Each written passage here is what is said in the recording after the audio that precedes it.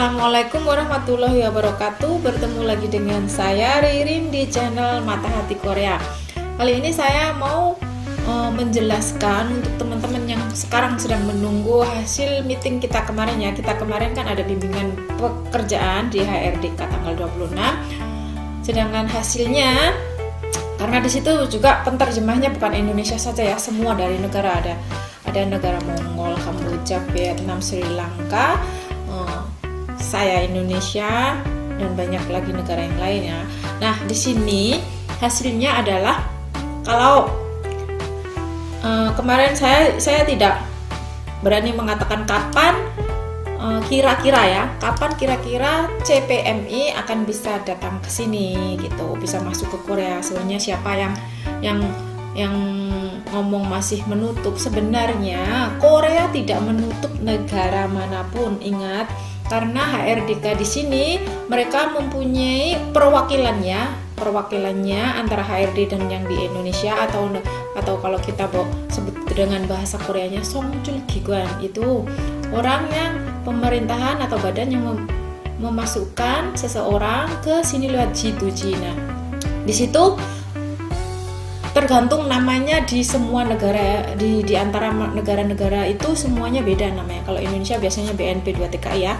Nah, di situ kenapa saya bilang tidak bisa memberikan masukan. Banyak teman yang ngomong kira-kira. Nah, kalau kira-kira saya tidak berani karena saya takut salah ngomong juga. Tapi menurut bujang atau menurut kepala kalau kita bilang kepala tim dari HRD yang ada di tempat saya bekerja itu, kalau nggak akhir tahun ini mungkin tahun depan gitu, perkiraan ya. Tapi saya tidak ngomong untuk mempositifkan, tapi perkiraan pun bisa mundur, bisa maju gitu. Jadi kemarin ada yang pertanyaan, kenapa Korea menutup calon PMI ya, CPMI. Nah, di sini bukannya menutup dalam arti menutup untuk negara Indonesia atau negara yang lainnya. Kalau misalkan pemerintahan Indonesia berantusias untuk mempekerjakan atau misalkan untuk mengeluarkan atau untuk menghubungkan supaya mereka itu cepat-cepat masuk ke Korea, pasti ada hasilnya. Dan kalau misalkan mungkin karena corona, kan ada yang bilang mungkin karena corona ya. Kalau menurut saya corona bukan. Kenapa? Indonesia benar yang terbanyak. Cuma yang paling sedikit pun negara Timur Leste pun sekarang tidak bisa masuk. Kenapa? Karena di antara dua badan atau dua negara tersebut belum ada perdamaian, atau mungkin belum ada musyawarah kebersamaan jalannya gimana gitu. Tapi untuk Korea, untuk HRDK sudah membuka untuk semua negara. Bukan berarti menutup ya, bukan berarti membuka. Itu maksudnya itu berantusias supaya pekerja asing gitu yang berasal dari negara yang di 16 negara itu cepat masuk. Mereka terus bekerja sama dengan Songchul Gigwan atau badan yang telah saya sebutkan tadi, badan pemerintahan yang mengurusi tenaga kerja asing ya. Nah, maka dari itu satu yang perlu diketahui, bukan menutup. Saya mewakilkan dari HRD kemarin, kenapa kok Indonesia tidak bisa masuk ya? Kata teman atau banyak teman yang bilang karena corona. Karena negara kamu tidak berantusias untuk cepat-cepat berantusias, itu maksudnya aktif, dia itu aktif untuk mempekerjakan supaya tenaga kerja Indonesia itu cepat masuk gitu. Sebab di sini pun banyak sekali majikan yang meminta negara Indonesia gitu. Jadi kalau saya kerja di Koyong Center atau Depnaker pun saya tahu bagaimana situasi mereka di sana. Banyak yang minta negara mana, sedangkan Indonesia katanya nggak ada yang masuk. Nah, sedangkan yang seperti negara Kamboja, misalnya Kamboja di sini pun karena negara mereka berantusias supaya mereka itu mendorong supaya mereka itu cepat-cepat masuk ke Korea gitu. Maka dari itu seperti Sri Lanka kemarin, yang selanjutnya teman-teman tahu apakah kemarin ada yang bilang 4.000 berapa orang, itu sebenarnya di sini nggak ada berita seperti itu gitu. Jadi kalau misalkan ada berita seperti itu pun kita pun pasti dengar, bukannya itu meng-cancel atau katanya ada yang masuk di cancel gitu. Mana ada 4.300 orang seperti cancel. Mungkin maksudnya bukan tidak bisa masuk ya. Jion itu maksudnya itu diundur. Nah, diundur. Nah, di sini saya perlihatkan proses calon PMI atau calon tenaga kerja asing yang baru. Nah, di sini sudah ada ini bagaimana, siapa yang menutup. Bukan Indonesia, bukan Korea, kita tidak tahu. Tapi Korea pun tidak menutup gitu. Perlu diperjelas, Korea HRDK tidak menutup negara Indonesia untuk masuk ke sini gitu. Karena mereka juga buat prosesnya ya. Prosesnya untuk teman-teman saya bacakan di sini ya. Karena sini juga semuanya ini dari hasil meeting saya. Meeting kita kemarin di semua negara dari HRDK.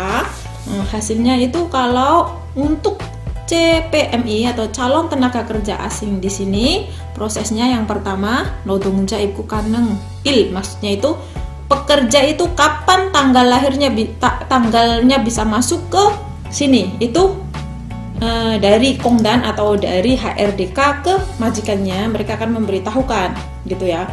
Misalkan dari negara, misalkan sekarang kan yang masukkan dari negara Kamboja. Dari Kamboja itu kapan kira-kira akan masuk? Mereka akan memberikan fax paling tidak itu 13 sampai 17 hari ya di sini. Mereka itu maksudnya saya masuk di sini adalah HRDK akan mengirimkan terus kapan kira-kira 노동자 atau pekerja asing itu bisa masuk ke sini, kira-kira 13 sampai 17 hari ya di sini. Nah, setelah itu yang kedua maksudnya Saupju Kongdan itu mereka akan memberikan misalkan kalau tadi sudah menerima surat pemberitahuan atau vekal kapan mereka pekerja asing bisa masuk ke sini, itu adalah bila semuanya misalkan karantina itu bagaimana nantinya biayanya akan dibagi paruan atau mungkin pekerja asing itu akan membayar semuanya, itu majikan juga akan memberikan masukan nanti ya bagaimana nantinya pembayaran. Sebab di sini kalau HRDK kemarin bilang itu kalau satu harinya untuk karantina mandiri itu 140.000 ya, atau sekitar kalau di Indonesia kurang lebih ya 1.400.000 itu satu hari, dan itu dikalikan 14 hari berarti uang sini 1.400.000 atau sekitar 14 juta won atau 15 juta ya. Nah, setelah itu yang nomor 3 setelah proses masuk tadi, mereka akan dongi, maksudnya itu akan menerima surat persetujuan pernyataan tadi bagaimana karantinanya nanti, maka akan dikirim dari HRDK ke majikan gitu. Nah, setelah itu proses yang keempat adalah mengisi karantinanya. Nanti akan setelah tadi HRDK memberikan surat pernyataan akan dikarantina di mana, maka setelah diisi semuanya akan dikembalikan lagi ke HRDK. Jadi di situ sudah ada keterangannya ya, kapan karantinanya di mana dan ditanggung oleh siapa, semuanya nanti ada surat persetujuan dari HRDK yang akan dikirimkan ke majikan. Setelah itu yang nomor 5 masuknya guys, tenaga kerja asing akan diberitahukan dari HRDK ke majikan. Nah, dari situ bisa berupa fax atau SMS ya, atau kalau telepon sih nggak mungkin ya karena terlalu banyak ya, atau mungkin SMS, email, atau lewat fax akan diberitahukan kira-kira kapan akan masuk pekerja tersebut. Nah, setelah itu yang keenam, pekerja akan masuk. Nah, setelah masuk di situ mereka akan dikasih name tag ya, nama di situ, maksudnya siapa yang masuk dari negara mana. Setelah itu baru dikasihkan alamat untuk karantinanya itu di mana serta nomor telepon darurat yang bisa dihubungi. Nah, di situ yang pasti majikannya ya, di situ yang bertanggung jawab kalau dia sudah masuk ke sini karantinanya di mana, terus Saupju atau majikannya itu nomornya berapa, semuanya tercatat di situ. Nah, setelah itu mereka karena di sini dulu kan kalau masuk kan harus training 3 hari ya. Nah, karena corona pun kalau training itu biasanya lewat online. Nah, di situ lewat online bisa dengan handphone gitu. Jadi nggak langsung bertemu seperti sebelum corona ya. Nah, setelah itu, setelah selesai dan 14 hari pun karantina sudah selesai, maka majikan akan menjemput pekerja tersebut. Nah, inilah bukti kalau HRDK itu, Korea itu tidak menutup negara Indonesia untuk calon PMI yang mau akan bekerja di sini ya. Nah, sedemikian untuk yang re-entry, yang kemarin masih banyak pertanyaan, ikuti setelah video ini. Nantinya saya akan terus memberikan kabar bagaimana perkembangan tenaga kerja asing, baik itu pemula ataupun yang CBT yang mau akan balik ke Korea karena corona ini ya. Nah, terima kasih, semoga bisa membantu. Bila ada pertanyaan silahkan tulis komen, coret aja di sini, saya akan membalas secepat mungkin. Dari sini mungkin pertanyaannya silahkan ya. Nah, saya tutup, dan untuk re-entry di kemudian hari akan saya jelaskan lebih lanjut. Wassalamualaikum warahmatullahi